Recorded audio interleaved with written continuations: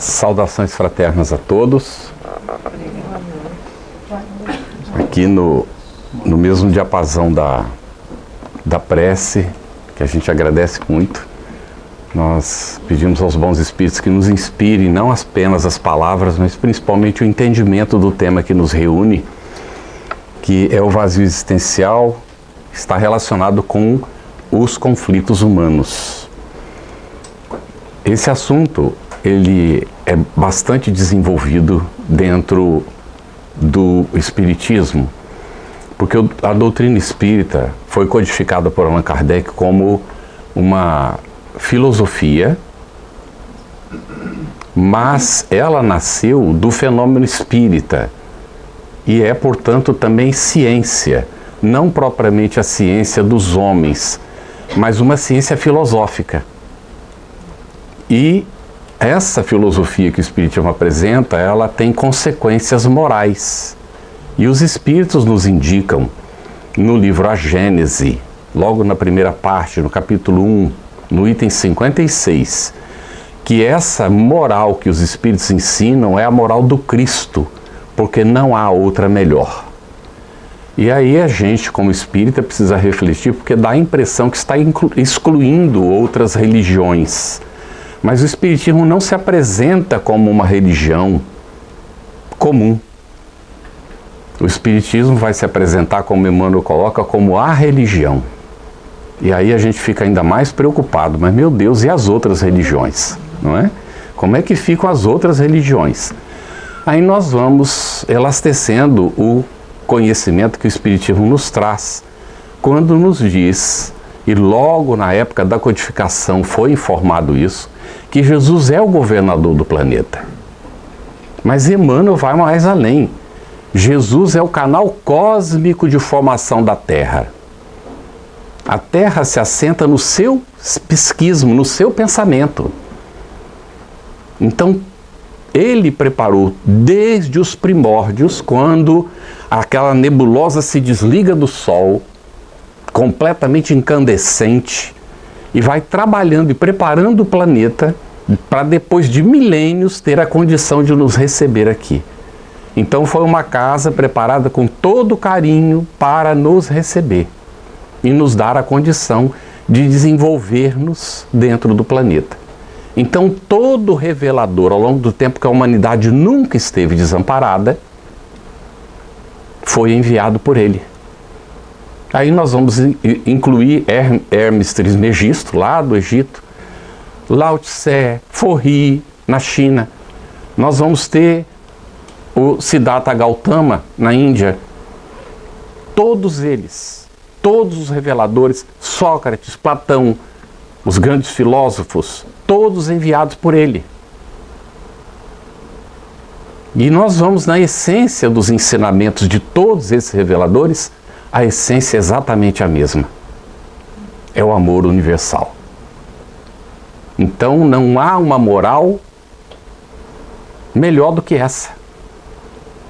E tudo que nós encontramos que contraria essa moral ou que dificulta o entendimento dela foi criação nossa, ao longo do tempo, como discípulos desses reveladores.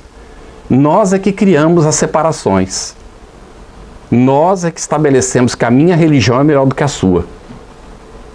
Nós é que criamos as disputas, as guerras, as brigas em nome de Jesus. A ponto, inclusive, de encontrar um país como a Espanha que tem uma resistência tremenda a aceitar a ideia de Jesus e do Cristo. Quando a gente está conversando, eu vivi 3 anos na Espanha com uma pessoa, e aí na conversa surge que a gente é espírita, a pessoa fica interessada, e se em algum momento a gente diz assim, pois é, então Jesus, e fala, mas o que Jesus tem a ver com isso? Não, mas o espiritismo é cristão. Ah, tá bom, muito obrigado. Já muda de assunto, vai saindo. Por quê? Qual é o Jesus que eles veem? É o Jesus da Santa Inquisição. É o Jesus das Cruzadas, que nunca existiu, porque fomos nós que o criamos. Aí quando você diz, mas o Jesus não é esse. Jesus, o verdadeiro Jesus, é um Jesus de amor, que nunca promoveu e nunca propôs qualquer tipo de guerra ou de disputa. As pessoas ficam confundidas porque elas não conhecem esse Jesus. Aí vem o Espiritismo justamente para apresentar esse Jesus. Então nós vamos observar que o vazio existencial surge em função de vários fatores. E um desses fatores, que é crucial, é a chamada ignorância. Ignorância de algumas coisas que são fundamentais, como a própria lei divina que rege a nossa existência e a existência de todo o universo. Num segundo ponto, o vazio existencial surge em função da desobediência ou do nosso afastamento dessa lei divina. Porque todo afastamento ou desobediência dessa lei divina gera o mal. E aí nós entramos numa situação.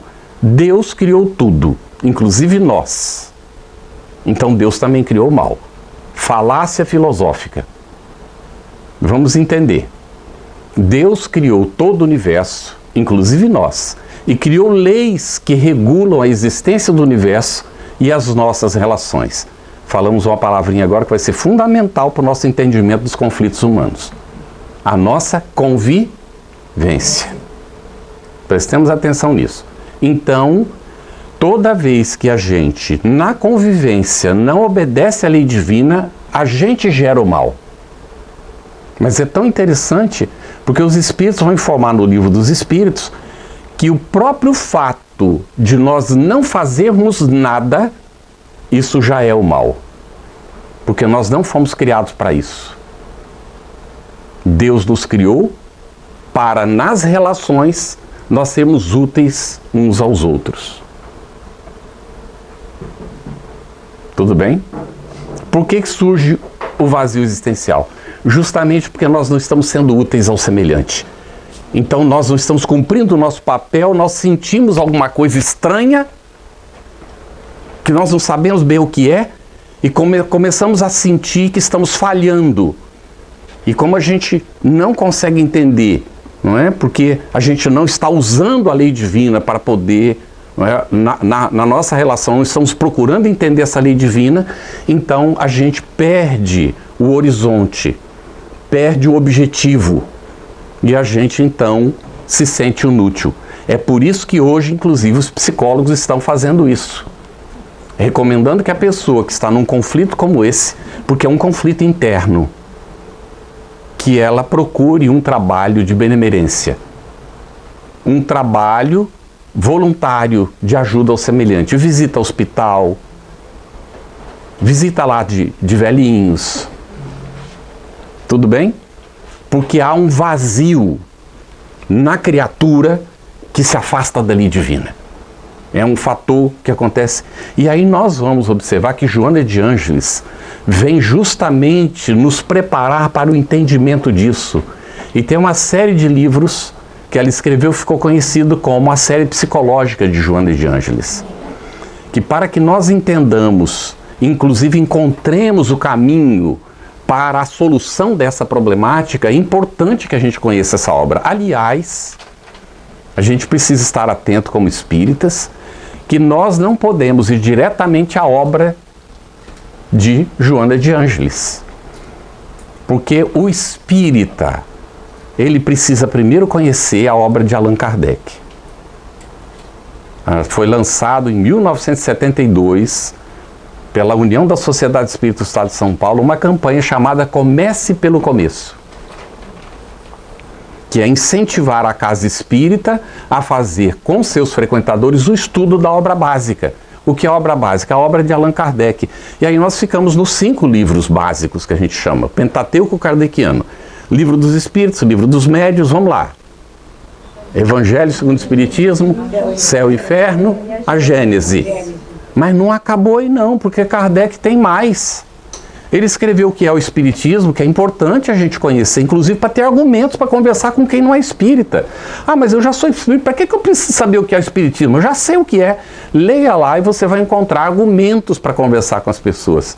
Porque é um livro de diálogo. Aí nós temos mais do que isso. Nós temos 12 volumes da Revista Espírita, criada em 1858 até 1869, da lavra do próprio punho do codificador, que a gente precisa conhecer. Ah, parou aí? Não, não parou aí não. Calma lá, não estamos querendo espantar ninguém, vai com calma, não é?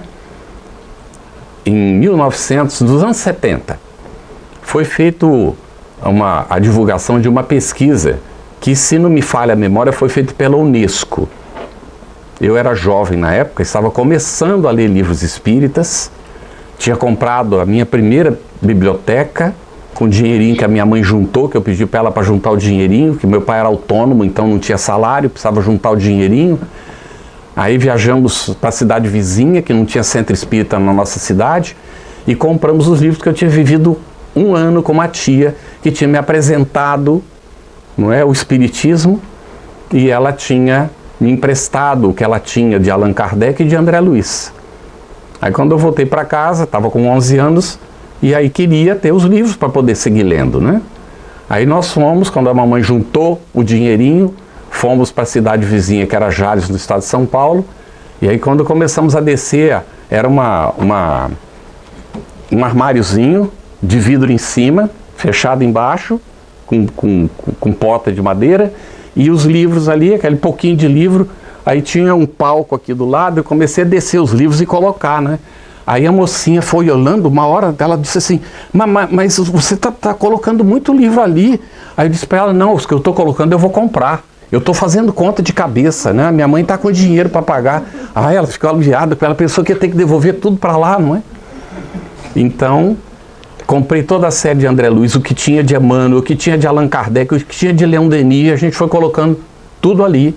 Formamos a primeira biblioteca. Estava conversando com a Fernanda na vinda para cá. O Geraldo, que é o irmão mais novo, ele esteve aqui.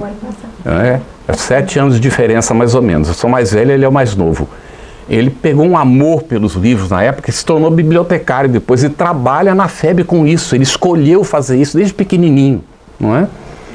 E eu estava dizendo para Fernando, o Geraldo me viu sentado no alpendre da casa, olhando o símbolo da FEB nos livros e chorando, sem saber por quê, não é?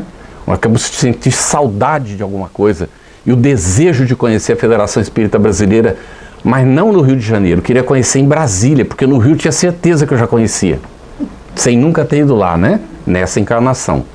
Então, a gente vai observando que o Espiritismo tem hoje um compêndio, um dos maiores compêndios de análise do Novo Testamento, e nos apresenta aquilo que é o próprio Espiritismo, o Evangelho redivivo, na sua pureza primitiva. Apresenta o Cristo como ele é, e não como nós o fizemos à nossa imagem. Assim como Allan Kardec vai dividir a história da humanidade, da filosofia e da psicologia, com uma pergunta, iniciando o Livro dos Espíritos com a pergunta: que é Deus? E não mais quem é Deus. E aí dá margem aos espíritos para responderem com uma resposta profundíssima que a gente vai estudando ao longo do tempo e sempre vamos encontrando novidade nela, porque ela é de uma profundidade impressionante. Que é Deus? Inteligência suprema do universo, causa primária de todas as coisas. Então esse compêndio está à nossa disposição. E aí a gente vai para o vazio existencial. Eu sou espírita. Eu sei que existem esses livros. Vem esse orador chato e me fica falando que eu preciso ler esses livros. Lá nos anos 70, quando a Unesco publicou essa investigação, ela coloca assim: identificou-se que no Brasil é um país, em termos de leitura, terceiro-mundista. As pessoas não leem nenhum livro por ano. Mas existe um nicho que lê como países do primeiro mundo, que são os espíritas. E eu era menino. Imediatamente veio na minha cabeça: meu Deus, vai se multiplicar as editoras espíritas imediatamente. Pouquinho tempo depois, acho que era Ademar de Barros, um autor que passou por um processo na TV Tupi, ele era funcionário lá, pegou fogo no estúdio, queimou tudo, só sobrou uma imagem de Jesus Só o rosto, todo chamuscado por volta. Ele olhou aquilo e achou que aquilo era uma revelação para ele. E ele começou inspirado a escrever. Escreveu Deus Negro, não sei se alguém se lembra, viu esse livro. Eu li toda a série, eu li 5 livrinhos dele na época. No segundo livrinho ele colocou o seguinte na introdução. Quando eu estava procurando editora para publicar o primeiro livro, um senhor se apresentou para mim e disse que publicaria o livro e que ia vender muito. Mas que ele me fazia uma sugestão, que eu colocasse que eu era médium e que era um espírito, que ele me ajudaria a encontrar um nome que tinha ditado as mensagens. Isso era 1975, 76, 78, logo depois da pesquisa. Deu para entender? Então essa é a nossa responsabilidade. Quem define? Um dia perguntaram para o tio Ferreira, era vice-presidente da FEB. Era uma reunião de jovens em Brasília. Por que a FEB não publica uma relação dos livros que são recomendados? Aí seria um índex recomendatório, porque o proibitório a Igreja Católica fez e incluiu o Livro dos Espíritos nele. O que é que Kardec nos recomendou? Que nós não fôssemos dependentes dos outros. Que nós fizéssemos nosso próprio caminho, lendo e tendo condições. Aí vou contar a experiência para vocês. Era provavelmente ali no finalzinho dos anos 70, comecinho dos anos 80, uma reunião do Conselho Federativo Nacional em Brasília. Das primeiras que eu participava, que eu cheguei em 78 na FEB, em Brasília. Era um intervalo e as pessoas faziam grupinhos para conversar. Os intervalos são muito importantes nesses encontros, porque é aquele momento do intercâmbio, né? E aí eu vi uma rodinha de pessoas, fui na rodinha, tinha um senhor naquele momento dizendo o seguinte: eu fico muito constrangido, porque eu sou palestrante espírita, me convidam, aí eu viajo pelo Brasil, porque me pedem para avaliar a obra, né, um livro de um certo autor, não disse o nome do autor nem da obra. E eu fico constrangido porque na 10ª página eu fechei o livro.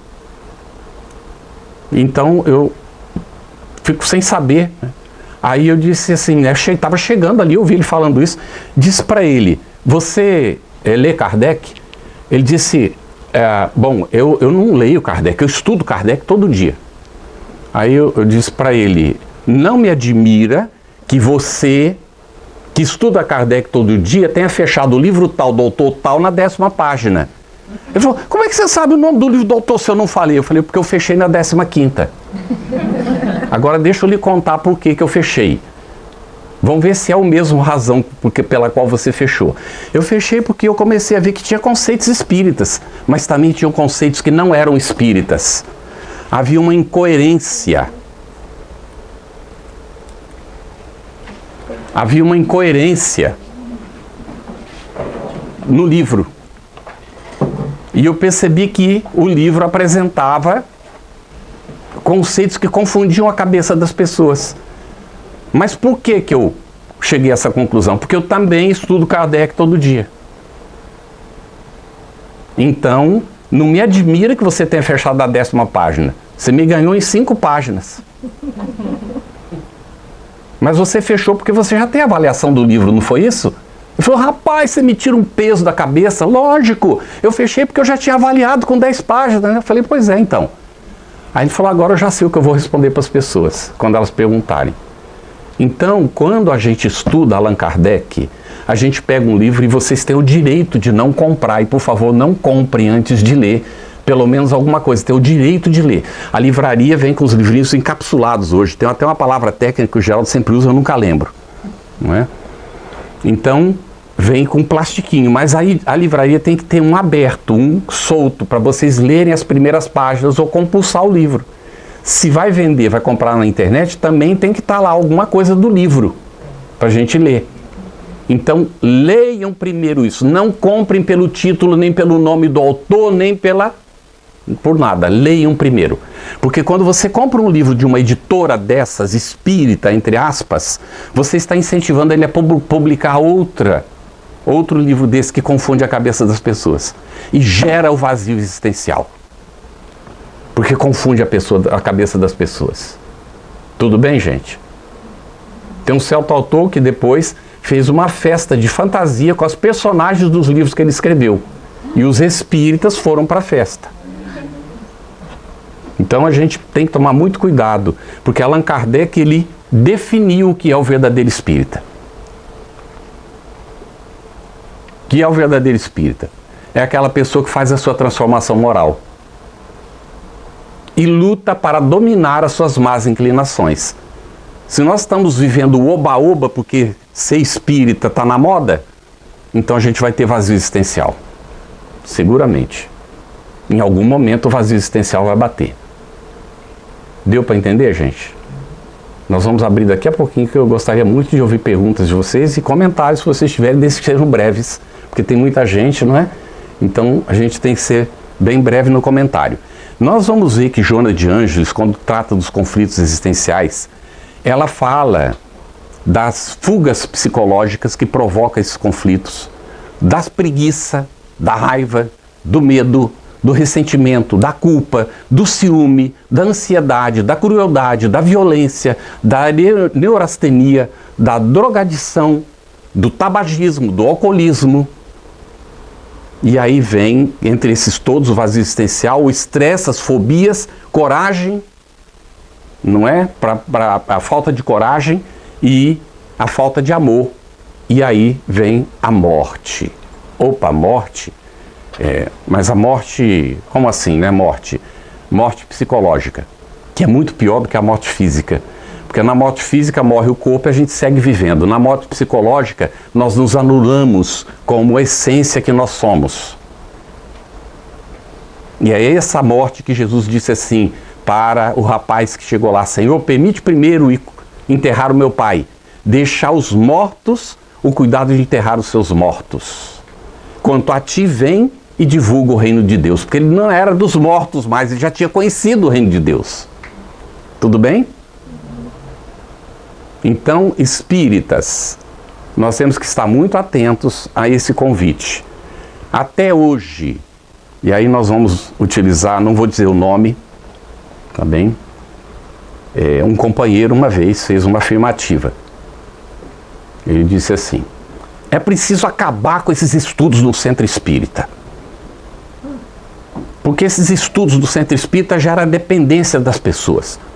Porque as pessoas precisam ser ensinadas a ler e entender, sair do analfabetismo funcional, para elas interpretarem por elas mesmas. Lógico que eu não concordei na hora com o que ele disse. No entanto, esse companheiro fez esse comentário e nós percebemos o seguinte: às vezes a gente tem que tomar muito cuidado com as nossas opiniões. Eu não botei o pessoal porque uma opinião já é pessoal. É redundância dizer pessoal. Opinião é algo pessoal. Tem que tomar muito cuidado. Todo mundo tem opinião. E tem direito de ter. Agora, muito cuidado, porque você é responsável pela opinião que você tem. E se ela não for bem expressada, ela pode ter um significado diferente do que você pretendeu. Ou às vezes a pessoa recebeu uma inspiração boa, mas por causa do egoísmo, do orgulho, da vaidade, da prepotência, de achar que é o salvador dos outros, que tem o caminho para indicar para os outros, esquece que o caminho é o Cristo. E aí quer achar que é o tal que pode ensinar para os outros o caminho.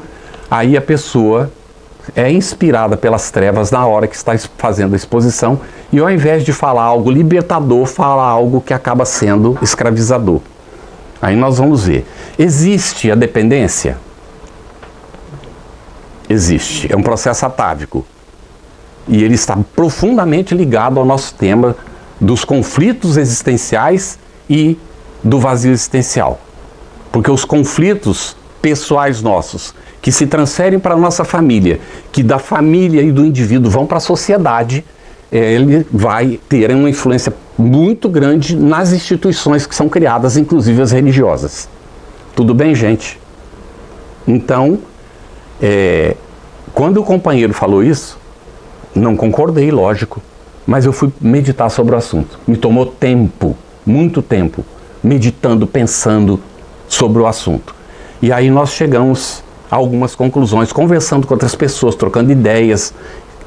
É muito interessante a gente considerar o seguinte: nós nunca recebemos uma revelação sozinhos, porque nós não temos capacidade para isso. Então, quando a gente conversa com os companheiros, troca ideias, às vezes você está com aquilo e a coisa não se concretiza. Quando o outro fala uma palavra, você diz, meu Deus. E aí nós vamos dizer que o companheiro tinha razão num certo aspecto. Prestemos atenção. A gente reencarna. E às vezes tem gente, vamos só levantar a mão rapidinho, quem veio da igreja católica, protestante ou de outra denominação religiosa nessa existência? Olha só. A minha mãe era filha de Maria. A família do meu pai era toda católica. Quando eu nasci já era espírita, porque meu irmão estava desenganado, foi salvo por um médium, era tuberculoso, ia morrer na semana seguinte. Na semana seguinte ele estava andando pela cidade e os médicos não sabiam por quê. Por causa de um médium espírita. Não é? Então a família quase toda se tornou espírita. De quase toda porque tinha um irmão que ele não era católico, todo mundo era, mas ele não era nada. E aí os outros todos se tornaram espíritas e ele não se tornou nada. Então, ele não acreditava em nada. Ele só dizia assim, mas minha irmã disse para minha tia, eu não faço mal para ninguém. E a tia já tinha lido o livro Espírito, mas meu irmão, quando a gente não faz o mal para ninguém, mas não faz também o bem, isso já não é uma coisa boa. Não é? Então, aí nós vamos observando, e eu perdi o fio da meada. A gente vai observando. Você perguntou que isso. Aí o companheiro tinha razão naquilo que ele estava colocando em parte. Porque a gente vem para a reencarnação, às vezes na própria se liga à denominação religiosa que a gente tinha no passado. Às vezes já nasce num lar espírita, mas está trazendo o atavismo do passado. Então a gente vem para o centro espírita na expectativa psicológica interna de encontrar a igreja, a substituição da igreja no centro espírita. Ali a gente chega procurando o cura, o padre, o representante da religião que vai resolver os nossos problemas. Porque eu não tenho que resolver o meu problema. Eu aprendi durante séculos e milênios que quem resolve o meu problema com Deus é o representante da religião. Nós somos ensinados e condicionados a isso. Então a gente vai lá para encontrar alguém que resolva, seja o médium principal, seja o dono do centro, seja o palestrante que fala bonito, alguém tem que resolver o meu problema. Lá no fundo é o que a gente está buscando, que a gente foi habituado a isso. Aí chega lá no centro, não tem essa figura, mas a gente se liga a alguém. Acaba se ligando ao médium, ao palestrante, ou a pessoa que é o presidente do centro, né? Alguém a gente vai tentar encontrar lá para fazer a substituição. Mas aí no centro não tem a confissão, mas tem um atendimento fraterno. Aí se o centro não está bem preparado, a pessoa fica dependente do atendente fraterno. Bom, aí não tem hóstia, mas tem o passe. Né? Não tem água penta, mas tem água fluidificada. E a gente faz o processo de substituição de maneira automática. Aí quando a gente pergunta, eu vou fazer pergunta para vocês. Você que foi católico, protestante ou de outra denominação religiosa, o que você pensava sobre o que vai acontecer com você depois da morte? Pode falar, assim, 2 palavras. O que vocês pensavam? Alguém, se quiser falar, fica... Vai pro céu, vai pro inferno. Ou vai para o céu, ou vai para o inferno. Primeiro pensamento. E o que define se vai para o céu ou vai para o inferno? Pecado. O procedimento. É o pecado que você cometeu. Mas se você tiver sorte de confessar antes... Prestou atenção? Dependência total de alguém que vai resolver o seu problema. A experimentação. Olha só como isso gera um vazio. Percebe como tem um vazio? Eu não posso, outro vai poder por mim, outro vai resolver para mim. Eu sou um inútil. Presta atenção, não é? Vamos lá, quem mais? O que pensava? Vai ter um julgamento no final da... Vai ter um julgamento lá no final, a gente não sabe bem como é que é isso, mas vai ter um julgamento, né? A gente vai ser julgado por outros de fora. Mas se você confessar e tal, aí você pode, né, na hora desse julgamento, tem lá os atenuantes e tal. Ou se arrepender um pouquinho antes do momento. Se arrepender também. Aí arrependeu resolve o problema, de fato? Não. A gente vai aprender com o Espiritismo que não, que a gente tem que se arrepender, tem que corrigir, tem que espiar, tem que reparar, aí tem que fazer o bem para compensar o mal feito. Aí a gente vai aprendendo tudo isso. Mas aí a gente vai aprender com o Espiritismo que nós somos capazes de fazer isso. Quem já leu Voltei? Voltei, irmão Jacó, Frederico Figner, era espírita, de origem tcheca, foi para o Brasil, conheceu o Espiritismo e começou a fazer benemerência. Ele andava rapidíssimo. O que se conta é que ele andava rápido porque tinha muita coisa para fazer. Ele conheceu Thomas Alva Edison, porque ele veio para a América para fazer um dote para a irmã dele poder casar, porque a família era pobre e a irmã não teria marido se não tivesse dote. Ele veio para cá para mandar o dinheiro para os pais para a irmã ter dote, para casar. E ele entrou pela América do Norte e veio descendo. E ele conheceu Thomas Alva Edison e comprou um gravadorzinho de cilindro que gravava a voz das pessoas. Em Belém do Pará, na praça, ele começou a ganhar dinheiro, gravava para as pessoas ouvirem e as pessoas pagavam, davam um dinheirinho para ele. Quando ele chegou no sul do Brasil, ele tinha dinheiro para montar a primeira loja para vender os gramofones do Thomas Alva Edison. Tá bem? Então ficou riquíssimo. Criou o primeiro selo de música brasileira, Odeon.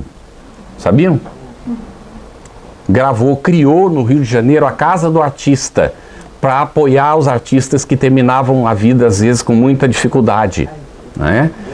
E ele subiu os morros do Rio de Janeiro levando alimento e remédio para as pessoas. Era dos atendentes fraternos da FEB o mais pontual, nunca chegava atrasado, ele estava sempre lá na hora do trabalho, não é? Bem, aí ele prometeu que quando ele desencarnasse, ele ia escrever como é que ele chegou no mundo espiritual. Provavelmente ele não imaginava como é que chegaria. Não vou dar spoiler, porque eu não vou falar mais não. Só vou dizer para vocês, é o processo do acender a própria luz, que ele recomendava para os espíritos enquanto encarnado. Meu irmão, no trabalho de desobsessão, você tem que acender a própria luz. Tá?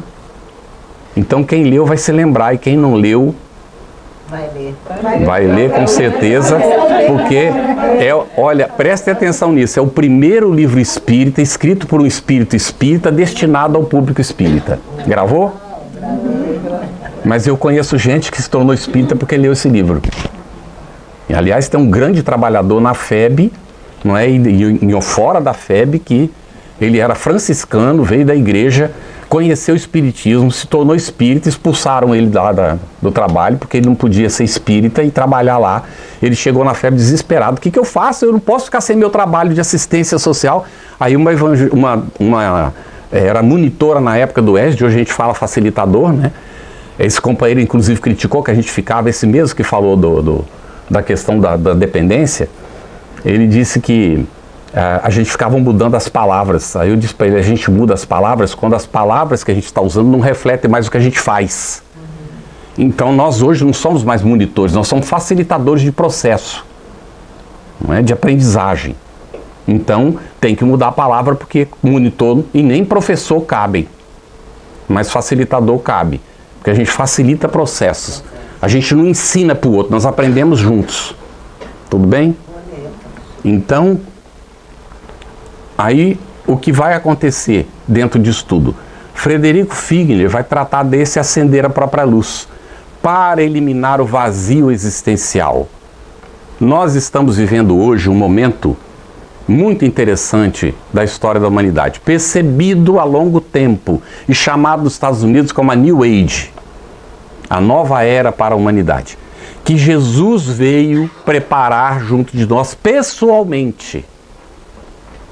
É uma das tarefas mais importantes da nossa história neste momento. O Espiritismo é o Consolador prometido, nós temos que estar convencidos disso, não para convencer os outros com as palavras, mas com a nossa vivência. Porque a gente precisa viver o que o Cristo nos ensinou. Então, o Espiritismo é o Consolador prometido e a humanidade está entrando no período da regeneração. Tudo bem? O que é que o Espiritismo tem como tarefa no período da regeneração? é a influência na sociedade para a transformação das suas instituições e a melhoria das relações humanas. Lembra que eu destaquei que a gente falou da convivência, das relações? Um dos maiores desafios da criatura humana se chama relação humana, porque é onde a gente normalmente falha. Tudo bem? Mas nós não precisamos continuar falhando mais. Sabe por quê? Porque com Joana de Ângeles e com o que o Espiritismo nos ensina, a gente aprende a não ser tão exigente com a gente mesmo. E exigir da gente aquilo que a gente não pode dar. Mas a gente aprende a identificar o que é que a gente já tem de potencial e o que nos falta desenvolver. E a gente se aplica a desenvolver isso. Nas pequenas coisas, ainda que nos custe 10 anos, ou custe 4 encarnações, ou não importa quantas delas, mas nós vamos vencer. Aí dou um exemplo. Muito impulsivo. Muito impulsivo. Na minha puberdade, juventude, estudando Espiritismo, eu pedi para o meu anjo da guarda um dia: por favor, me ajuda. Eu não me suporto. Eu disse a ele: você precisa me ajudar. O que eu faço? Ele disse assim: conta até 10. Aí eu pensei: puxa, eu tenho um anjo da guarda que vem me ensinar uma regra que todo mundo conhece. Aí ele disse: você não está satisfeito não? Então conta de trás para frente. Aí eu pensei: caramba, né? Vamos tentar de trás para frente. Eu fui ver que não era tão simples. Na hora que você está com uma raiva danada, você contar de trás para frente. Leva mais tempo. E como leva mais tempo, porque você não vai 1, 2, 3, 4, 5, 6, 10, terminei. Aí você tem que falar 10, tem que pensar que é o 9, depois vem o que vem de boa 8. Aí você tá... A hora que termina, que chega lá no 1, você já está mais tranquilo, né? Aí você começa a pensar: nossa, que bobagem, né? Então chegou um momento que ele me disse assim: sabe como é que você vai ficar conhecido? Como o cara que fica pedindo desculpa. Porque se engana, é agressivo, depois vai lá pedir desculpa. Então vai virar o Mr. Desculpa. Então tem que trabalhar, não é? E aí a gente vê que às vezes leva anos. Depois de 10 anos trabalhando, de repente você faz alguma coisa e assim: meu Deus, eu achei que já tinha vencido isso, Senhor. O que eu faço? Aí vai lá na frente do espelho e diz assim: ô Carlos Campetti, disse bem Jesus, até, ô raça de víboras, até quando vos suportarei? Aí eu digo assim: Carlos Campetti, você não tem a importância que você acha que tem, porque você está a meu serviço. E você vai trabalhar a meu serviço.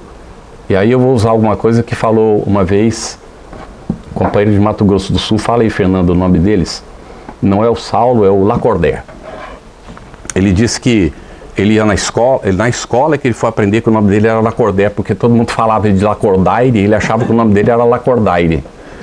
Aí na escola a professora falou Lacordaire, ele ficou esperando, né, para ver. Aí depois foi descobrir que era ele. Então, o Lacordaire um dia ele disse: em cada encarnação nós temos uma personalidade. Eu já tinha estudado isso, já tinha chegado a essa conclusão, já tinha usado isso na conversa com a minha filha adolescente, não é? Mas não tinha chegado onde ele chegou com isso. Ele disse assim: cada personalidade reencarna com muitas esperanças das anteriores, da atual corrigir os enganos das anteriores. Então, numa encarnação lá atrás eu fui Maria, numa outra eu fui Joana, numa outra eu fui José, na outra eu fui Francisco, não é? Hoje sou o Carlos Campetti. As personalidades anteriores estão expectantes de que o Carlos Campetti vai fazer o que ele prometeu fazer quando estava no mundo espiritual, quando estava preparando a personalidade. Começa a preparação lá, né? No planejamento reencarnatório. Tudo bem? Aí Lacordaire disse assim: quando a personalidade atual que reencarnou com compromisso de ser enfermeira e médico das anteriores falha, é uma decepção generalizada para a essência espiritual. O que é a essência espiritual? Eu sempre achei que fosse o espírito. Essa semana eu aprendi que não é o espírito a essência espiritual, é a alma. Lendo Allan Kardec, nós fazemos uma leitura diária em família. Estamos lendo a Revista Espírita 1864. E na leitura minha mulher disse: aí está dizendo que a essência é a alma. Eu falei: não, a essência é o espírito. Aí ela disse assim: leia de novo. Aí eu fui ler outra vez e falei: meu Deus, ela tem razão. E eu dizia assim, é muito difícil porque a gente não tem palavra para expressar em nenhum idioma. Porque a gente fala assim, o meu espírito, e não é apropriado, eu pensava. Não é apropriado, porque eu sou o espírito, então eu não posso dizer o meu. É o meu corpo, mas não o meu. Mas eu me enganei, eu posso dizer sim meu espírito, porque é a alma que é a essência. Então a alma pode dizer o meu espírito, porque o espírito é a alma mais o perispírito. Está explicado por Allan Kardec. E o homem é a alma mais o perispírito e mais o corpo. Então, aí nós vamos ver que Kardec vai colocar a alma ou espírito encarnado, né? Tá bem? É por isso que eu fiquei confuso. Quando ele fala o espírito é a alma, o espírito é a alma encarnada, né? É por quê? Porque o espírito, ele vai se compor dessa junção. Você tem a alma e o perispírito, aí formou o espírito. Sem nada seria essência a alma. Mas não tem essa situação, porque senão a alma não poderia se manifestar nem ser identificada. Por isso o perispírito estará sempre presente. Tudo bem, gente? Estamos tratando de essência e personalidade. Então, é preciso a gente ver que o espiritismo é muito profundo. Mas o que importa aqui é o seguinte, e aí nós vamos a Allan Kardec para fechar o nosso pensamento, tá bem? Kardec vai colocar que o espiritismo é uma doutrina simples, mas ao mesmo tempo profunda. Que ela está ao alcance, às vezes, de crianças, jovens, recém-formados, a compreendem profundamente enquanto doutores.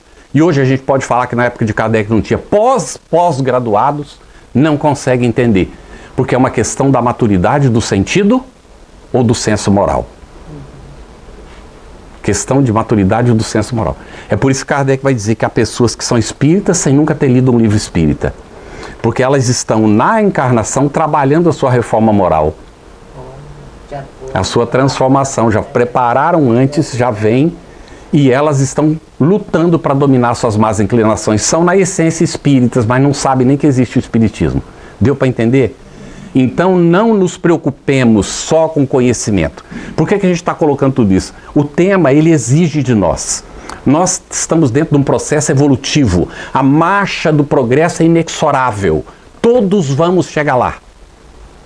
E aí Allan Kardec vai identificar com os espíritos superiores que alguns evoluem mais rápido que outros. E aí Kardec vai ter que perguntar, né? Porque ele não deixa por menos. É de uma sabedoria impressionante, porque ele vai arrancando dos espíritos as informações. Aí ele, mas qual é a diferença entre aquele que evoluiu mais rápido e aquele que demorou mais porque se enganou? Os espíritos dizem assim, a diferença são as eternidades. Mas eu não entendi nada. Vocês entenderam alguma coisa? O que são as eternidades? Aí, os tempos que leva... O tempo que leva? Espera aí, mas o tempo é relativo. Porque o tempo medido na Terra não é o mesmo tempo que mede em Júpiter, porque aqui só circunvalações do planeta em torno de si mesmo e do Sol, 24 horas, porque dá essa composição, e Júpiter já é diferente da Terra, então lá o tempo é diferente daqui. Não, o tempo é o mesmo, mas a medida do tempo é diferente. Então a gente tem dificuldade de entender. O que são? Por isso eles colocaram, são as eternidades. Porque uns chegarão na nossa expressão mais rápido do que os outros. Porque obedeceram a lei divina. E aquele que obedeceu desde o princípio, como Jesus, ele evoluiu em linha reta. Alguns dizem assim, isso é uma opinião sua, né? Não é não. É ensinamento dos Espíritos desde a época de Kardec. E Emmanuel confirma isso, no Consolador. No livro Consolador, que a gente recomenda a leitura naturalmente. Tudo bem, gente? Bem, então, a luta nossa para vencer o vazio existencial, eu vou resumir numa simples palavrinha que Joana de Ângeles coloca aqui para nós, que é muito interessante. É a conquista da felicidade, que é a nossa meta. Mas a felicidade, ela não pode existir para mim se ela não existe para você, para você, para você. Então eu preciso trabalhar pela felicidade dos outros, ignorando a minha necessidade de ser feliz, porque a felicidade não é uma meta, É a própria ação de estar sendo útil para o semelhante. Deu para perceber? Você tem dúvida? Sai ali fora, encontra com a primeira pessoa que tiver necessidade, ajuda ela na necessidade dela e veja o que acontece dentro de você. Vai ser o momento, talvez, nessa encarnação que você vai sentir felicidade. Porque não há outra expressão de felicidade, senão ser útil ao semelhante. O que elimina, evita o conflito e evita o vazio existencial.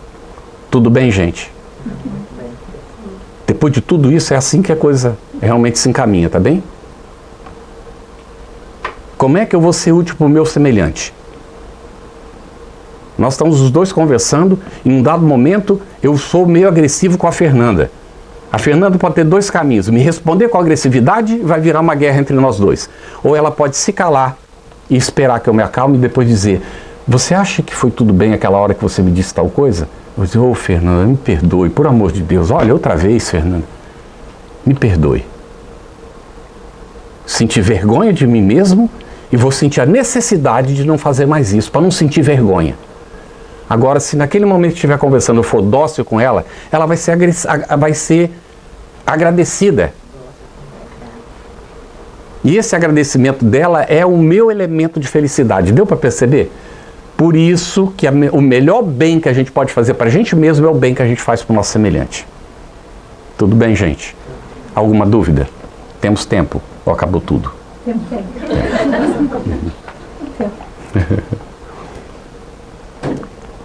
Tudo bem?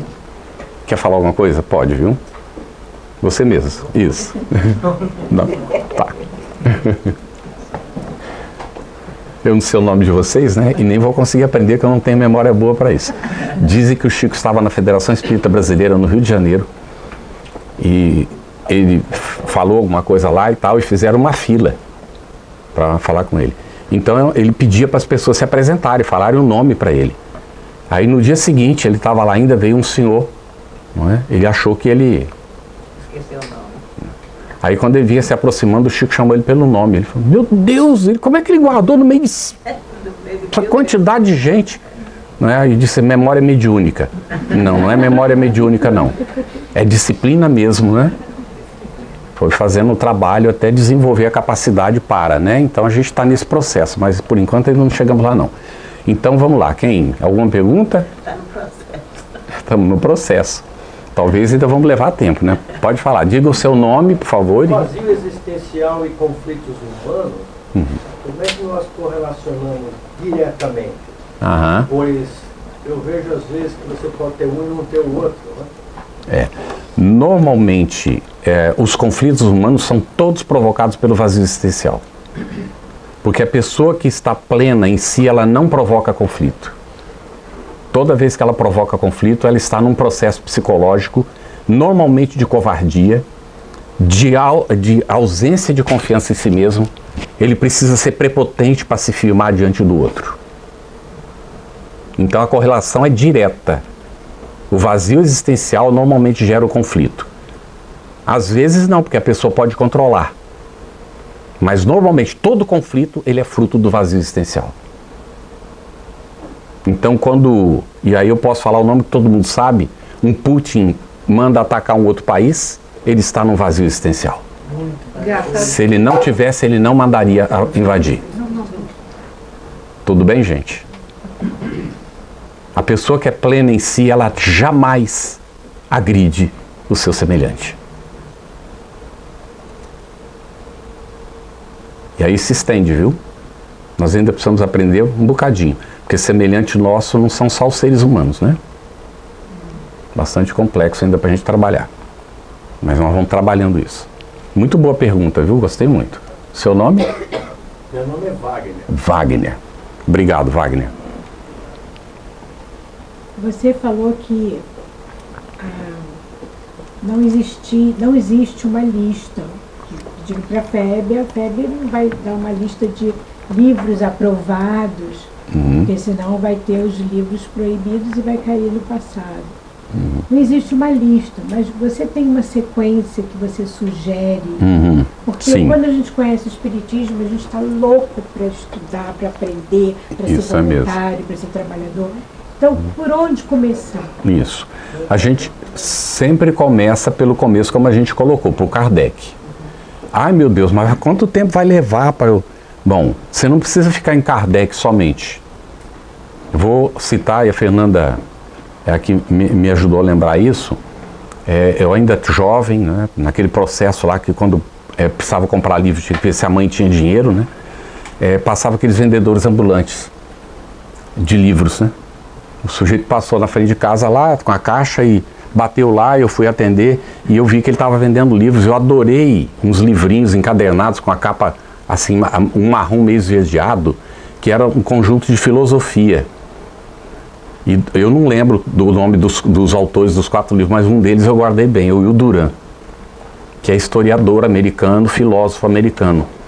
E o Will Durant, nesse livro, eu lógico que perguntei para a mãe, né? Tem dinheiro aí, mamãe? Eu quero comprar esses 4 livros aqui. Graças a Deus tinha, né?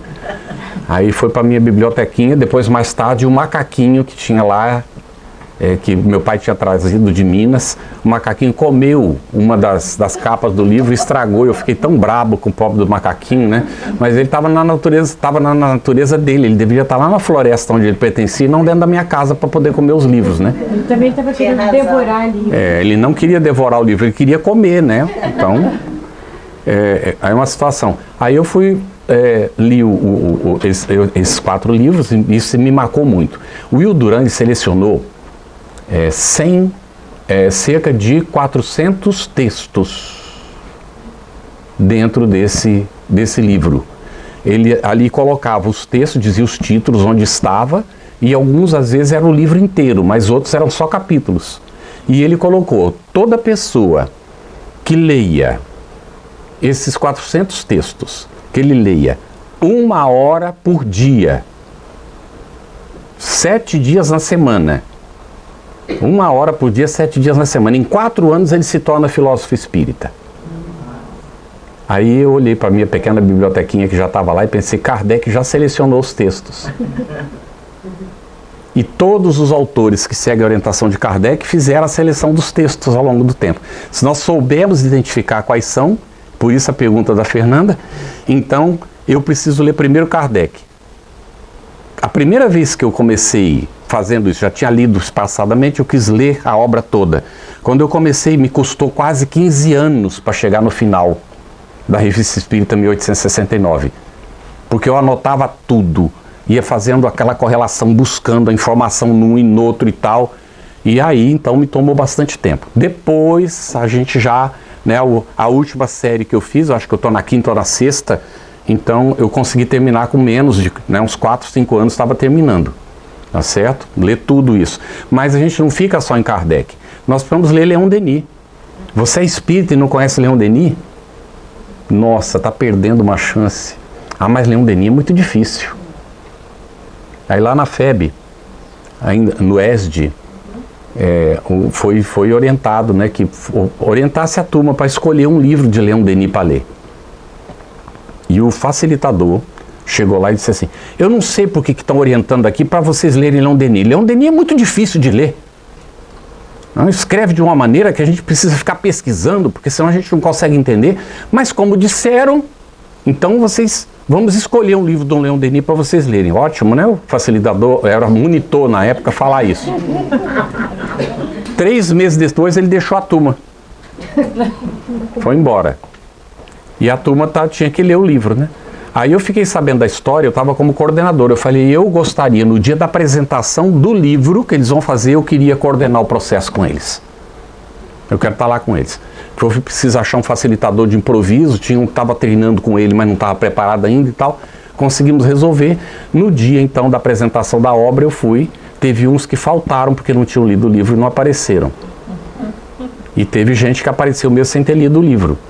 E outros tinham lido. Eles chegaram lá prontos, para a gente então pegar capítulo a capítulo, né, e tal. E eu então disse para eles: o que foi que você mais gostou da leitura que você fez? Eles não estavam esperando a pergunta, né? Aí eles ficaram meio assim, mas antes de eu fazer essa pergunta, eu disse para eles: vocês conhecem Leon Denis? Sabem quem é o Leon Denis? E uma senhora disse assim, eu fui na internet e pesquisei. Falei, opa, então conta, o que você encontrou lá? E me facilitou, eu não precisei contar a biografia dele. Ela começou a contar e eu fui preenchendo os espaços. Quando terminou a biografia, estava todo mundo assim, já dizendo, puxa vida, ele é um cara que era igual a gente, né? Bom, primeiro passo. Agora, o que foi que você mais gostou? Eles tiveram dificuldade, né? Porque não leram com essa expectativa. Acabaram falando, um falou, o outro falou e tal. Agora, o que foi que você menos gostou? O que te pareceu no livro que realmente não te preencheu? Tiveram mais dificuldade ainda, né? Aí alguém comentou alguma coisa, aí eu disse assim, você não gostou por quê? Aí ele ficou meio parado assim, ele falou, eu tô achando que é porque eu não entendi, né? Tudo bem? Então vamos examinar agora esse ponto. Mas a gente não vai ver capítulo por capítulo. Eu falei, não, nós vamos examinar o que foi que a gente não entendeu. Nós estamos aqui para isso, não é isso? Aí fomos conversando, aí apareceram outros pontos que eles não tinham gostado, né? Estavam calados, mas foi aparecendo. Aí, bom, quando terminou tudo, tinha 2 que estavam lá que não tinham lido o livro. Nenhum livro de Leon Denis, nem aquele que tinha sido escolhido. Terminou e disse assim, vocês gostariam de dizer alguma coisa? Os 2 disseram assim, com certeza nós vamos ler Leon Denis. Porque depende da maneira como você apresenta a coisa, tá certo? Leon Denis escreve difícil? Não, Leon Denis trata do que é o espiritismo. O espiritismo é cultura. Foram criticar Joana de Anjos, que escrevia muito difícil. Divaldo ficou todo constrangido, foi perguntar para ela, Joana, por que você escreve tão difícil? Divaldo, o espiritismo é cultura. Que a pessoa pega o dicionário e põe do lado. Na época não tinha ainda. Você hoje em dia pega isso aqui, ó, e clica em cima da palavra, sai a definição, poxa. Tem que ter muita preguiça para não ver, não? Mas a gente usa a telinha para ficar vendo aquelas coisas que vêm, não é? Não vou falar o nome não, porque depois me botam um processo. Não é? Mas para pesquisar isso eu não tenho tempo. Você sabe, conhece a expressão couch potato? Couch potato. Couch potato, meu inglês é ótimo. Couch potato, né? Então a batata que se enraiza no sofá. Fica 3 horas na frente da televisão e não tem tempo para ler um livro espírita. Tudo bem? Hoje em dia não é mais na frente da televisão, na frente disso aqui, ó, na frente do tablet, na frente do...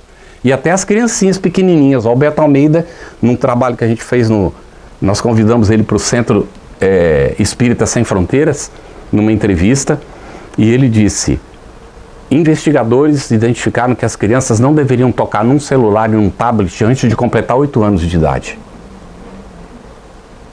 Por que cria vazio existencial, gente? Deu para entender? É uma luta para nós, mas nós vamos aprender. Está identificado que a diminuição do QI está acentuada nas últimas gerações. Porque nós queremos fazer tudo para eles e dar tudo pronto para eles. Não deixamos eles terem desafios. Nós sofremos isso com os filhos que a gente criou. Não é? Mas eu falei para a Fernanda, eu aprendi com 4 anos de idade que eu não ia ter na minha vida tudo que eu queria. Porque eu queria uma bicicleta e minha mãe não tinha dinheiro para comprar. Então eu chorava porque eu queria bicicleta e ela não... Aí a Fernanda disse, mas o que ela dizia para você? Nada, ela me arrastava e ia me levando. O que ela ia dizer para mim? Se ela precisava criar frango para vender o frango para comprar carne, se quisesse comer carne. Então, não é? Aí as galinhas botavam, ela vendia ovo para comprar, né? E aí era assim, mais ou menos assim. Então, como é que ia comprar bicicleta para mim? A primeira bicicleta que eu fui pegar era de um tio meu, quando eu tinha 10 anos de idade, quando eu vivia com aquela tia, que eu entrava no meio do aro dela e pedalava, porque ela era muito maior do que eu. Caía cada tombo. Então, o vazio existencial e os conflitos que nós estamos vivendo hoje tem tudo a ver com esse mundão afora que nós temos. Só que como é que nós, espíritas, podemos ter tanta forma de afirmar, como é que é? Nós estamos passando por um processo agora, já no final, para uma melhoria. Isso, muito bem. Mas a gente não vê, né? Não vê. O que nós vemos é completamente o oposto. Isso. Criança de 2 anos no tablet 10 horas por dia, as mães assim, os pais assim, né? O mundo ali fora. Aí esse vazio existencial provavelmente está ligado diretamente. Prestemos Não é atenção. sentido. Isso. Prestemos atenção. Este mundo que a gente tem, como ele é fruto do vazio existencial. As nossas relações sociais e tudo, a sociedade como ela está conformada, ela foi gerada em função do vazio existencial. Que a gente foi gerando nos nossos conflitos. Conquistas de povos, conquistas de territórios e assim vai sucessivamente. As sucessivas guerras desde o início aqui entre nós, que nós escolhemos esse caminho. Há planeta que escolheu diferente? Sim, existem planetas que escolheram de maneira diferente, mas nós escolhemos esse caminho. Então nós somos responsáveis por isso. E nós somos aqueles que faremos a transformação. Já ouviu falar em fundo do poço? A gente ainda não chegou no fundo do poço. Então quando a gente chegar no fundo do poço não tem outro jeito, porque não vai mais para baixo do que isso, porque não é mais possível. Aí a gente vai começar a olhar para ver se tem um jeito da gente escalar as paredes do poço. Não é lógico que a gente vai receber ajuda, mas os outros não resolverão as questões que nós criamos. Nós é que teremos que resolver. Por isso é que nós passamos pelos desafios. E é por isso que na entrada do período de regeneração nós estamos com esses desafios que parecem ser maiores do que foram antes, mas porque agora nós já temos condições de enfrentá-los. Por isso que eles não se apresentaram antes. Muito boas as perguntas, viu? Faz a gente... Também você não acha que o vazio existencial está diretamente relacionado com a nossa tentativa de nos saciarmos pelos bens materiais? Com toda certeza. Temporários. São coisas que Isso. a gente não vai levar com a gente. É a busca da felicidade apoiada nas coisas transitórias. Tudo bem? Não tem como ser feliz com coisas que vão se deteriorar. E é por isso que não é possível ser feliz no corpo, porque o corpo vai se deteriorar. Nós ficaremos velhos. Divaldo uma vez fez um comentário. Ele disse assim, quando um rapazinho, uma mocinha olha para o rapaz, ou o rapaz olha para a mocinha e diz assim, ai, eu te amo. Imagina essa pessoa com 80 anos ou 90. Hoje já tem que imaginar mais, porque tem tantas coisas de plástico. Então, e depois a condição de vida melhorou, a pessoa envelhece mais lento, né? Então imagina a pessoa com 90 anos. Você ainda sente que ama? Então ama mesmo. Tudo bem? Porque quando a gente ama, não importa a aparência, porque o que vale é a essência. A beleza é da alma. E quando a gente ama, ainda que a alma não seja bela, a gente ama. Deu para entender, né? Então quando há amor, aí diz assim, mas se separou porque o amor acabou, não existiu nunca. Vamos amadurecer. Chegou a hora de amadurecer. Tem que admitir para si mesmo, eu não amava, eu achei que era isso. Na verdade eu estava interessado em alguma outra coisa. Era interesse. Aí quando esse interesse acabou, eu achei que acabou o amor. É complexo, mas nós precisamos admitir para nós mesmos. E aceitar que é assim, que nós temos as limitações. Porque senão eu vou exigir de mim uma perfeição que eu não estou em condições de dar, eu entro no vazio existencial. Então, mas também não vou me acomodar. Reconheço que eu era agressivo, que eu, se me entregar o que eu ainda tenho dentro, eu seria agressivo. Mas eu estou trabalhando para não ser. Aí um dia terminou a palestra e veio uma pessoa e disse assim para mim, nossa, mas você falou com tanta amorosidade, eu comecei a chorar na frente da pessoa. Eu digo, meu Deus, eu não posso fazer isso, que eu não tenho o direito de ter uma debilidade na frente da pessoa desse jeito. Mas eu sou assim. Então eu tenho que aceitar que naquela hora eu tive uma fraqueza. Eu vou fazer o quê? Então, mas é por causa do conceito que você aprendeu dos seus pais de que homem não chora. Pode ser mesmo isso. Aí eu vou meditar no assunto. A pessoa fala, eu digo assim, pô, me ofendeu. Opa, se me ofendeu, eu não estou maduro para meditar sobre o que a pessoa falou. Porque o que ela falou pode ter razão. E se tiver razão, eu preciso corrigir. Se ela não tiver razão, o problema é dela. Já leram os quatro de Four Agreements? Esse eu falei certo, Fernanda? Já leram? Dom Miguel Ruiz. Não é espírita, a filosofia dele é Toltec. É uma antiga filosofia maia, lá dos Incas e Maias, e ele escreveu um livrinho fininho, The Four Agreements, os 4 compromissos ou os 4 acordos, né? Depende da tradução. Então, em espanhol está os 4 compromissos, acho que em português está os 4 acordos, uma coisa assim. Os 4 acordos, então em português os 4 compromissos. Então, o livro é maravilhoso, simplesmente. Tá? E a gente vai aprender que todo elogio e toda crítica é um problema da pessoa que o fez. Dependendo da maneira como você vai agir em relação. Tá bem? Elogiou. Se for real mesmo, cuidado, porque aí vem o orgulho. Aí cresce. E se for falso e você aceitar, pior ainda. Deu para perceber? Se ela fez uma crítica e não procede, o problema é dela. Se procede, eu tenho que ajustar, aproveitar o que ela falou. Não é? E nunca assumir que o que a pessoa disse foi tal coisa, porque eu posso ter entendido mal. Na dúvida, eu tenho que perguntar. Aí nasce o diálogo, né? Que vai evitar o vazio existencial. Se eu conseguir entender o outro, eu não vou ter conflito. E se o outro me entender, ele não vai ter razões para, não é, gerar conflito comigo. Tudo bem? Diga. Tudo bem, gente? Vamos tranquilos. É um processo. Nós não estamos aqui para espantar ninguém. Eu vou dizer agora para vocês, nós estamos encaminhando para o final para não tomar muito tempo de vocês. Se tiver alguma pergunta, apresentem, por favor. Não levem dúvida para casa. Não tem porquê, tá bem?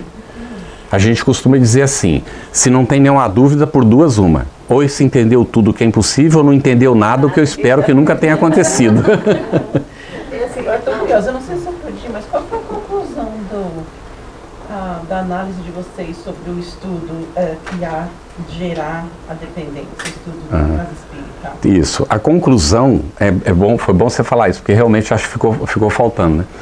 A conclusão que a gente chegou é que a gente precisa estar atento, que a casa espírita tem uma função.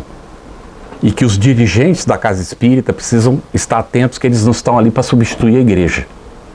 E nem os processos da igreja, que são respeitáveis, que cumpriram o seu papel e ainda cumpre para muita gente e a gente tem que respeitar. Mas para o espírita seria um engodo mútuo se a gente adotasse os meus processos.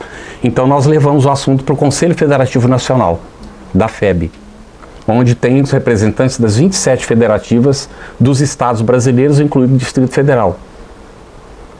E nós tivemos a oportunidade de conversar parcialmente nos grupos. Primeiro, nós apresentamos 3 ideias que são fundamentais. Primeiro, o Espiritismo é o Consolador prometido. Nós estamos adentrando o período da regeneração, portanto, eu pedi a eles que, por favor, como oradores, dirigentes, não dissessem que a Terra é um planeta de expiação e provas, porque não é mais. E já não era na época de Kardec, apesar de no Evangelho segundo o Espiritismo classificar a Terra como expiação e provas, porque nós estamos na transição. O Espiritismo surge, segundo o Espírito Barre, na Gênese, é um médico, o Dr. Barre, ele diz que quando o Espiritismo surgiu, o processo de transição de expiação e provas para a regeneração tinha começado a fazer 100 anos, aproximadamente. E levou mais 150 anos para a gente conseguir iniciar o processo de entrada, que Kardec previu que aconteceria no início do século XX. Só veio acontecer um século depois, no início do século XXI. Porque aí tem toda uma explicação, né, porque que Kardec fez a previsão desse jeito. Tá bem?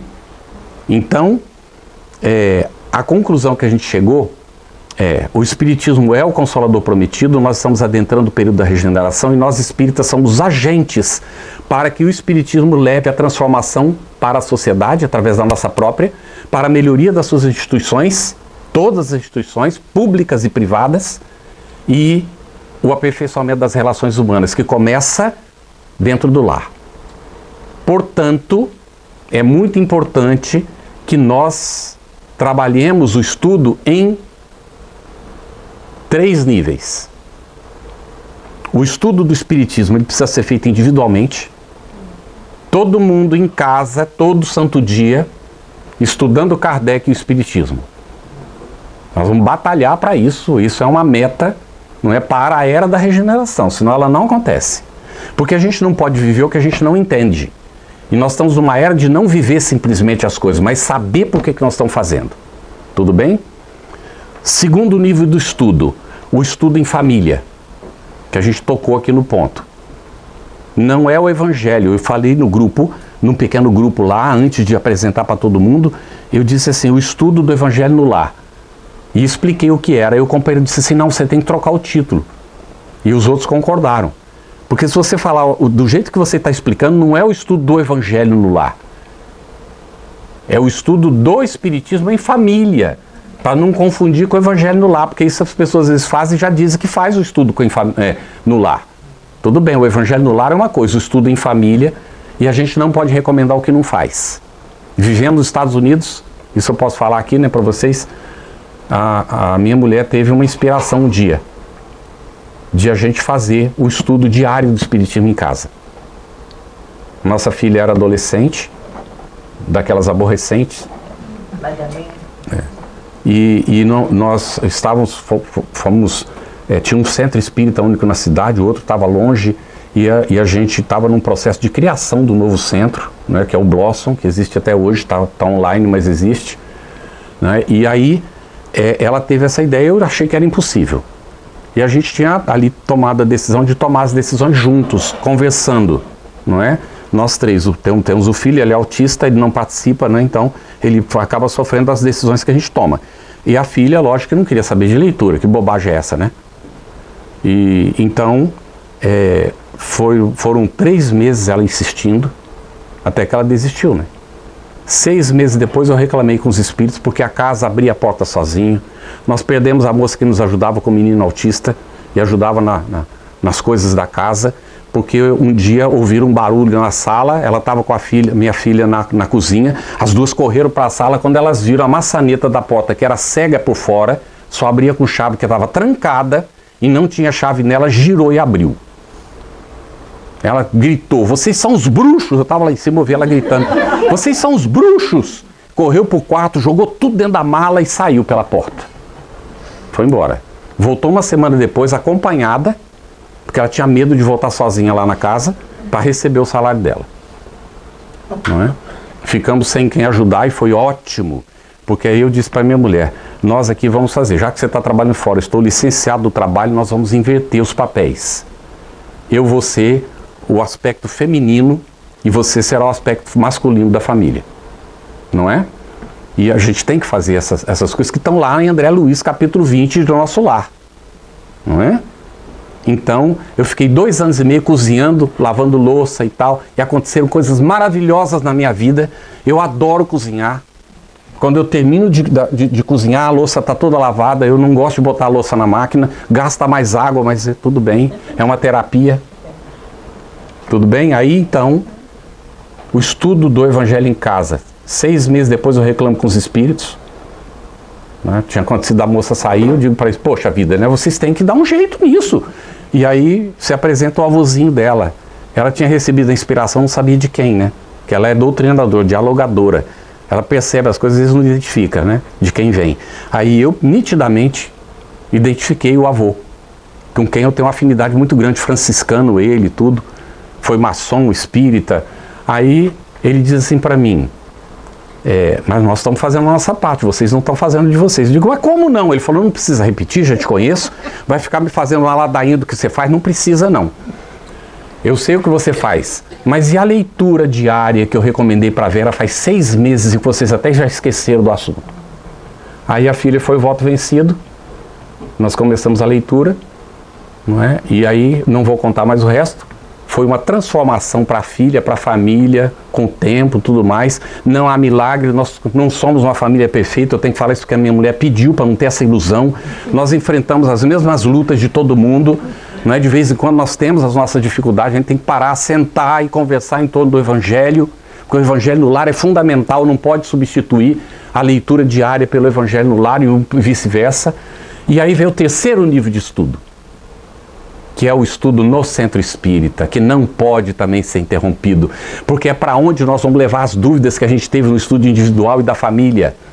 E no processo de a gente participar do grupo, nós vamos ver que tem companheiros que não entenderam certas partes que a gente já entendeu e a gente ajuda eles a entenderem, como eles estarão nos ajudando a entender aspectos que a gente não percebeu ou não entendeu. Perceberam como é importante? Não tem que interromper os estudos no centro espírita, ao contrário, tem que fazê-lo de maneira apropriada. Por isso que você falou que o espiritismo não se ensina, nós aprendemos Juntos. um com o outro. Tudo bem? Muito boa pergunta também. Então, a gente estava... Sim, pode falar.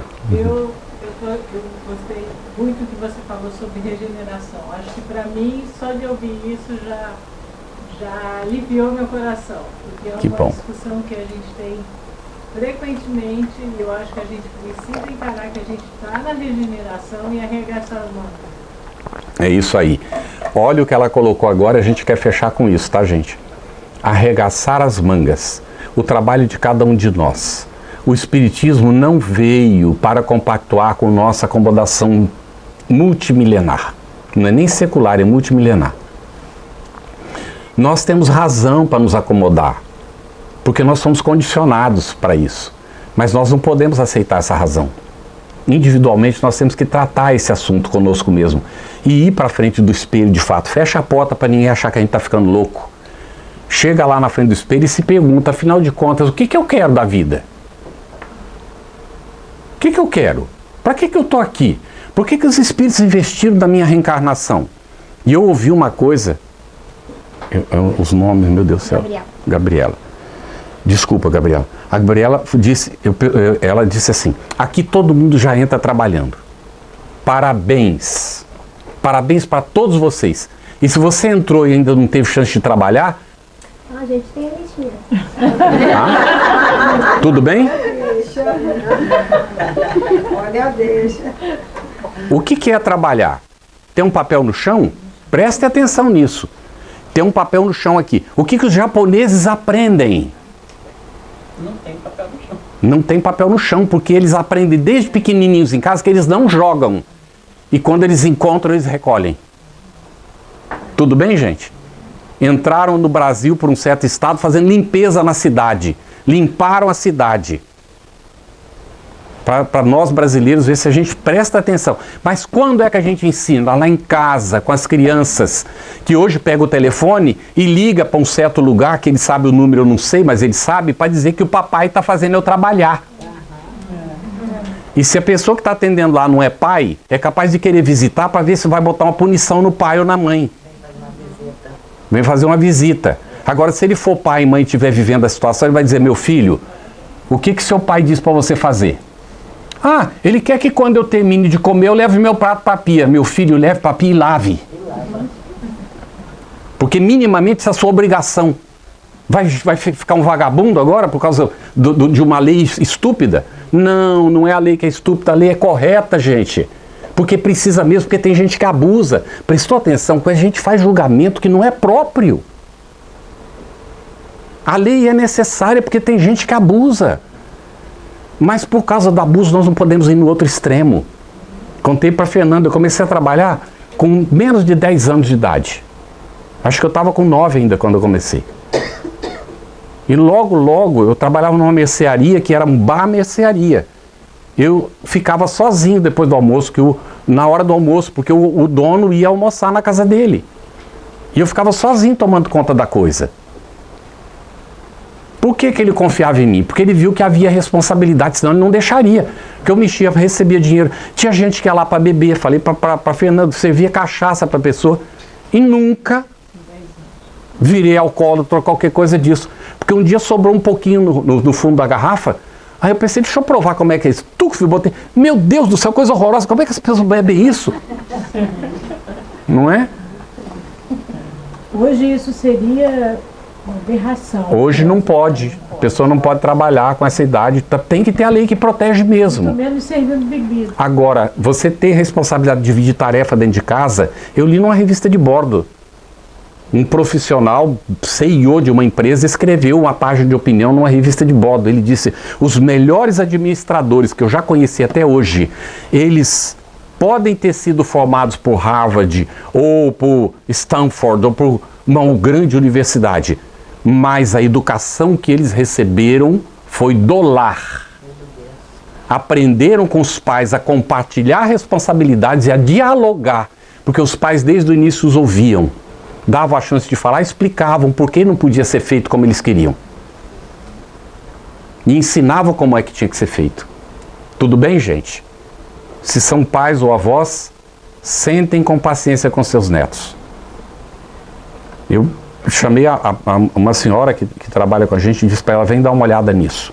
Ela chegou na porta e ficou olhando. As duas netinhas minhas sentadas, uma na frente da outra, e elas queriam brincar, e um brinquedo só tinha um deles, que elas tinham perdido o outro. Porque sempre compra de dois para não ter a briga, já tinham perdido um. Elas estavam brigando. Eu digo assim, vocês não vão brigar, vocês vão compartilhar. E eu vou ensinar para vocês como é que faz. Você senta aqui e você senta aqui. Aí então você usa e você dá para ela. Aí ela usa, quando ela terminar, ela te entrega de volta. Aí uma delas pegou e botou no meio. Falei, opa, ela fez melhor do que eu estou ensinando. Aí eu digo assim, olha, ali está no meio. Quando você precisar, você pega. Quando você terminar de usar, você põe no meio, a sua irmãzinha pega e brinca com ele. A hora que elas estavam fazendo isso, eu chamei ela para ver. Então ensina que eles aprendem. Só que se não ficar repetindo, eles esquecem. E começa a brigar de novo. Aí a maiorzinha domina a outra. E acaba ficando com todos os brinquedos e a outra fica com o resto. E acaba se acomodando. E fica gerado nela uma submissão ou um sentimento de frustração, e ela vai conviver com os outros sempre aceitando o que os outros imponham para ela, enquanto a outra vai ser prepotente querendo impor para os outros. Deu para perceber? Vai na vida e vai apanhar. As duas vão apanhar da vida para aprender, porque se os pais não ensinam em casa, elas vão aprender da vida. Simples como água. Está tudo no Espiritismo, mas está antes no Evangelho do Cristo, gente. Está tudo lá. Tudo lá. Quando a gente lê e não encontra, é porque a gente ainda não aprendeu a ler. E Carlos Torres Pastorino, Sabedoria do Evangelho, ele vai nos colocar. A leitura ao pé da letra é uma leitura primária, para quem se acomoda. Para quem não se acomoda, ele vai para os outros níveis de leitura. E a leitura mais profunda é a leitura da interpretação espiritual, que é o que o Espiritismo nos apresenta. Tudo bem? Mas de tudo isso não vale nada se a gente não viver. A proposta é que a gente entenda as coisas e faça no nível. Qual é a medida da minha evolução espiritual e da sua evolução espiritual? A medida é justamente aquilo que a gente faz, aquilo que a gente vive. Essa é a medida. Ninguém precisa medir a minha evolução. Eu meço cada hora que eu estou convivendo com as pessoas. Isso indica qual é o nível da minha evolução espiritual. Mas não para eu me sentir frustrado, porque eu errei. Errar é humano. E todo mundo vai errar. No nosso nível, sim. Porque nós não somos daqueles espíritos que vão evoluindo, entendendo a lei divina e fazendo conforme. Nós somos rebeldes. Então nós temos que aceitar que nós somos rebeldes, e ainda somos, e temos que conviver com isso, mas não nos acomodar. Tudo bem, gente? Porque nós deixaremos de ser rebeldes. Não vai ser outro que nos vai fazer deixar. O outro nos fará sofrer com a rebeldia dele. E eu só vou me transformar no dia que eu decidir que eu vou me transformar. Assim como o outro só vai se transformar o dia que ele decidir fazer isso. Então eu vou lá na frente do espelho e vou dizer para mim mesmo, Carlos Campetti, você está a meu serviço. E como eu preciso evoluir, você vai fazer o que é preciso. E aí vou dizer para o Carlos Campetti o que ele precisa fazer. Não é? Posso até me enganar que eu não sou um espírito perfeito ainda. Mas a meta está no Espiritismo muito claramente indicado. E a hora que cometeu o engano, vou lá na frente do espelho e digo, ai, Carlos Campetti, raça de víboras, até quando vos suportarei? Não está cumprido teu papel. Olha a decepção que você está gerando nas personalidades anteriores. Vamos trabalhar para o futuro. Então vai lá pedir perdão, desculpa. Mas cuidado, porque senão vira o Mr. Desculpa. A gente tem que se tornar seres úteis na relação com o nosso semelhante. O que termina completamente, então, como a gente diz, com o nosso vazio existencial e elimina os conflitos da sociedade. Kardec diz que o dia que nós entendemos e a humanidade se aproximar da proposta espírita, então não haverá mais conflitos na sociedade. Que sonho, hein? Mas nós vamos construir isso. Vamos ou não vamos? Vamos construir juntos. E não importa que a gente não se encontre mais nessa encarnação, nós estaremos construindo isso juntos. Porque o dia que o Divaldo foi lá, ficou encantado com o Chico e disse para o Chico que ele queria mudar para viver lá perto do Chico, o Chico disse: mas Divaldo, 2 mourões não pode estar junto, porque senão não consegue fazer seca. Tá bem? 2 postes vai iluminar o mesmo lugar? Então vamos iluminar em vários lugares, mas para iluminar a gente tem que estar trabalhando que a luz se acenda dentro de nós. E a luz só se acende se a gente trabalhar a renúncia pessoal e a gente trabalhar mesmo nessa transformação moral que Kardec nos coloca e dominar as nossas más inclinações. É um cavalo chucro. Altivo Ferreira disse: a oportunidade é um cavalo que está trotando. Ele chega perto de você, está selado para você montar. Se você não montar, passa. O cavalo vai embora. Vai voltar a oportunidade, mas depois a sela já vai estar muito bem ajustada. Você já está mais velhinho, não consegue montar no cavalo. E aí, né, vai ter mais dificuldade. Então, a hora que o cavalinho se aproximar, e às vezes o cavalinho chega e a gente não consegue entender que é a nossa oportunidade. Porque às vezes essa oportunidade é justamente engolir seco, tragar o sapo, calar a boca e fazer o que tem que ser feito. Tudo bem, gente? Desculpa por terminar assim, mas é um fato. A gente precisa lidar com isso. Muito obrigado, gente. Obrigado mesmo.